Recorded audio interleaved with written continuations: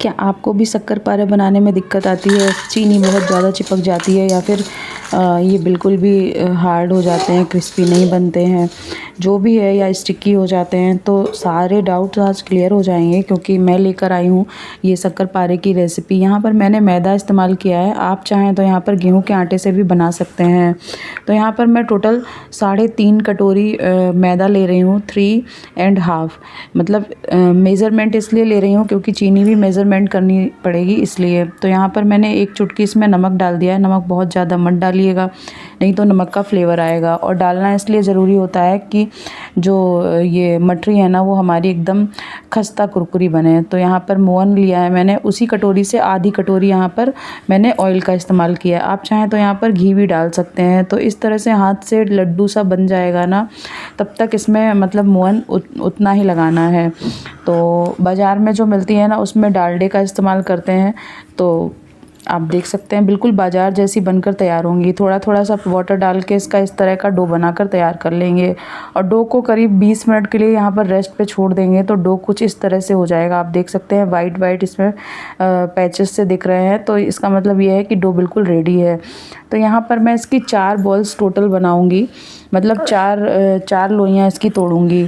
तो अब यहाँ पर ले लेंगे हुरसा। आप चाहें तो प्लेटफॉर्म पर भी बेल सकते हैं, लेकिन हमें इसकी ज़्यादा बड़ी ये इस तरह की रोटियाँ नहीं बेलनी है, इसलिए मैं इसको हुरसे पे ही बेल रही हूँ। तो आप देख सकते हैं रोटी की जो थिकनेस है वो कितनी है, इस तरीके से ही रखना है क्योंकि थोड़े से मोटे ना जैसे बाज़ार में मिलते हैं वैसे ही मैं उसी तरीके के बना रही हूँ। तो यहाँ पर मैंने ले ली है चाकू, और साइज छोटा या बड़ा आप कर सकते हैं अपने हिसाब से। मैं यहाँ पर एक मतलब छोटी उंगली की जो एक पोर होती है ना उसके बराबर इसको कट कर रही हूँ।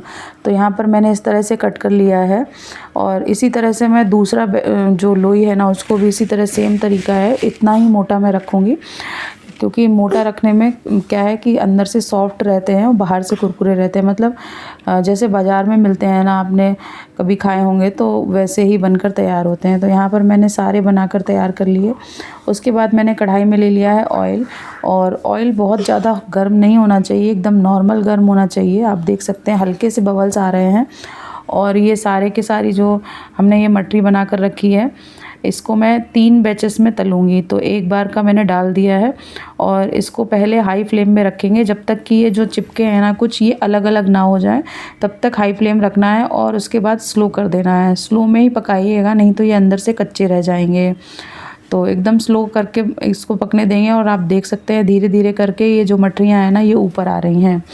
तो ये जब ऊपर आ जाएंगी तो आप झरिया से फिर से चला दीजिएगा और इन्हें बीच बीच में चलाते रहना है, नहीं तो ये एक साइड से सिकेंगी और दूसरी साइड से मतलब अच्छा इवन कलर नहीं आएगा। अगर आप चलाते रहेंगे ना तो हर साइड से एकदम इवन कलर आएगा।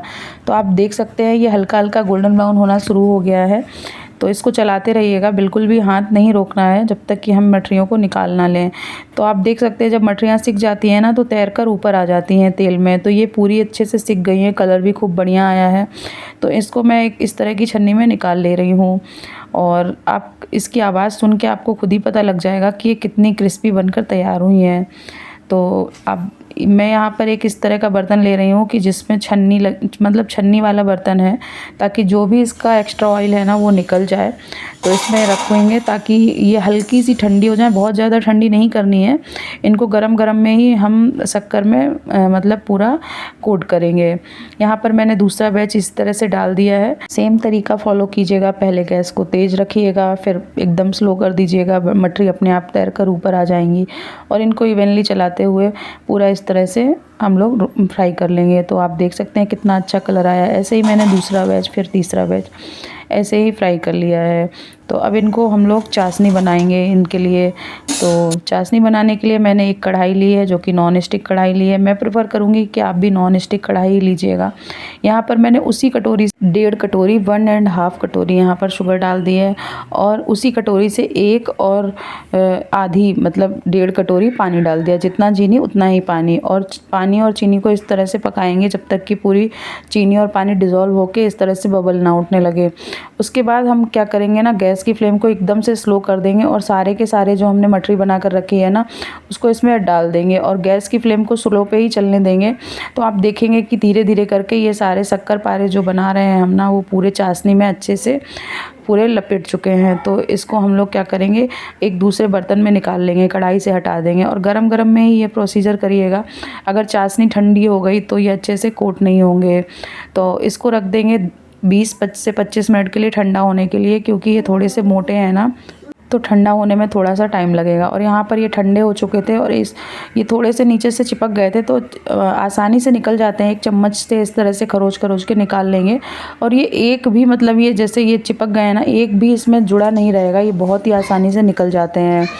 तो जिसकी मतलब जो लोग चाशनी बहुत हार्ड हो जाती है या फिर बहुत ज़्यादा चिपक जाते हैं या बहुत ज़्यादा वाइट ऊपर से हो जाता है, तो कुछ भी प्रॉब्लम नहीं होगी अगर आप इस तरीके से बनाएंगे। और आप देख सकते हैं तले में भी बहुत ज़्यादा चीनी नहीं है।